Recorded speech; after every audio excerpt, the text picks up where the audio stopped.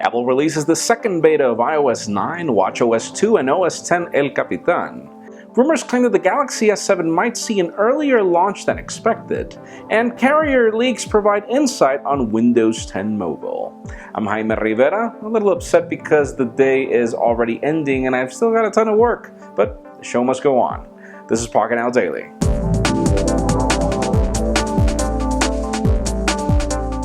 The official news today starts with Apple, as the company has just pushed Beta 2 for watchOS 2, iOS 9, and also OS X El Capitan, or El Capitan as it's supposed to be pronounced.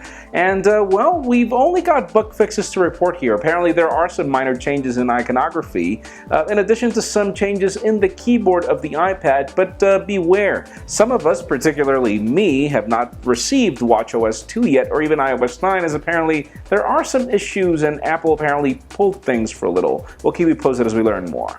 Now, a very highly anticipated product for this year is Windows 10 Mobile. We don't know exactly when it's going to launch. And even though some thought that it would happen shortly after Windows 10 for the desktop, reports said Q3, and now we've got SFR Telecom from France stating that it'll happen until October or November, according to a roadmap that just got leaked. So yeah, October or November, right after every other hot phone is launched in the fall, right?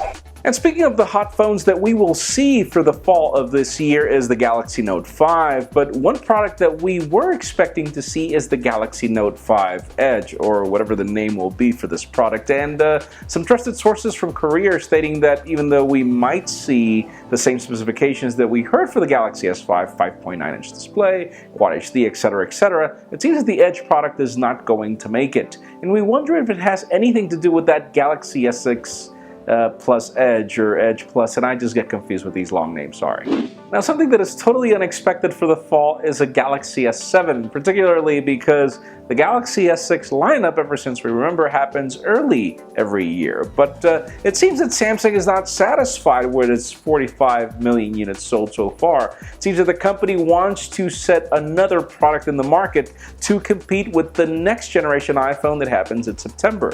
So apparently we might be getting that next generation Galaxy by sometime then, and we wonder if that's not just going to be the Plus variant that we've been talking about. But yeah, apparently an S7 could be the case as well. We'll see.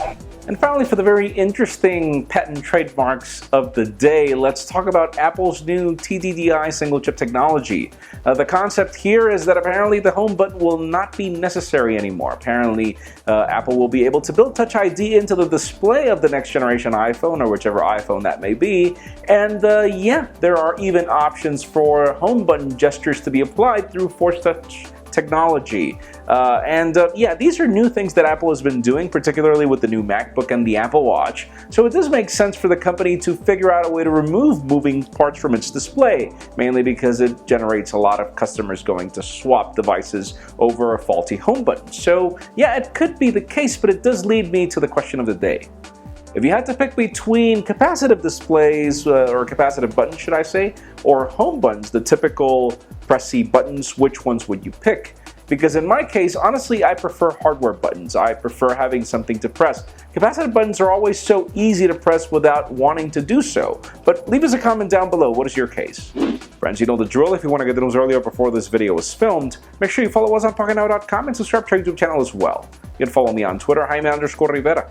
Please give this video a thumbs up if you like what you saw. I am Jaime Rivera. Thank you very much for watching. We'll see you tomorrow.